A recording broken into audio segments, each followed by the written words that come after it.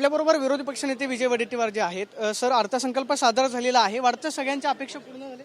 कसल्या अपेक्षा पूर्ण होणार? या घोषणांचा पाऊस, कामाचा सुकाळ आणि घोषणांचा पाऊस एवढाच या अर्थसंकल्पाचा अर्थ निघतो आहे.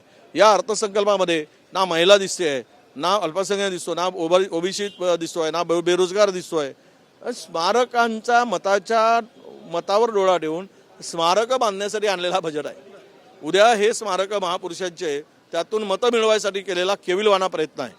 पण उद्या यांचे स्मारकं बांधावे लागतील राज्यात. ही अवस्था राज्याची या लोकांनी तीन त्रिकुटांनी, तीन पक्षाच्या लोकांनी करून ठेवलेली आहे. स्मारक छत्रपती शिवरायांचं स्मारक बांधतो म्हणाले, झालं काय? जलपूजन झालं, पंतप्रधानांना आणून फसवलं, महाराजांचा अपमान केलाय आणि परत स्मारकाच्या गोष्टी हे नालायक लोक करतायत.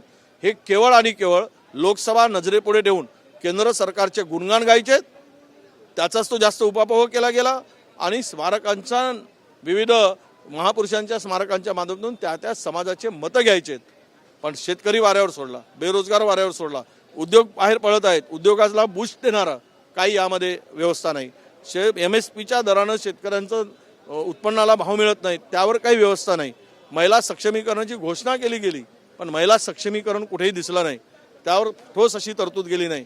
महिलांच्या अत्याचार अन्यायावर काही मार्ग यावर जे वाढत आहेत, त्यामध्ये कायदा सुव्यवस्थेच्या संदर्भातली जी परिस्थिती बिघडली, तर हे सक्षमीकरण जे होणं आवश्यक होतं तेही दिसलं नाही. एकूणच या बजेटमध्ये सर्वच बनवाबनवी, सर्वच मतावर, निवडणुकीच्या तोंडावर नजर ठेवून केलेलं हे बजेट आहे. आता फक्त एवढंच बाकी राहिलं होतं की जर यांनी एक एटम टाकून दिला असता पक्षपोळीसाठी विशेष निधी, तर हे बजेट पूर्ण झालं असतं. अजित पवार तुमच्यासोबत होते त्यावेळेस त्यांनी अर्थमंत्री म्हणून जबाबदारी पाहिलेली होती. आता भाजपसोबत ते गेलेले आहेत, त्यांनीच अर्थसंकल्प सादर केला.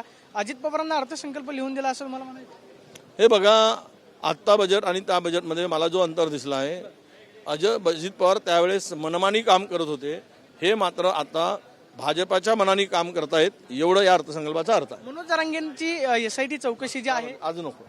आपण पाहतोय की अजित पवार जे आहे ते महाविकास आघाडी अर्थमंत्री असताना मनमानी कारभार करत होते, अशी प्रतिक्रिया विजय वडेट्टीवारांनी दिल्याचं पाहायला मिळते. Camera person Ganesh Rahate, Soni Pradeep Kapse, TV9 Marathi, Mumbai.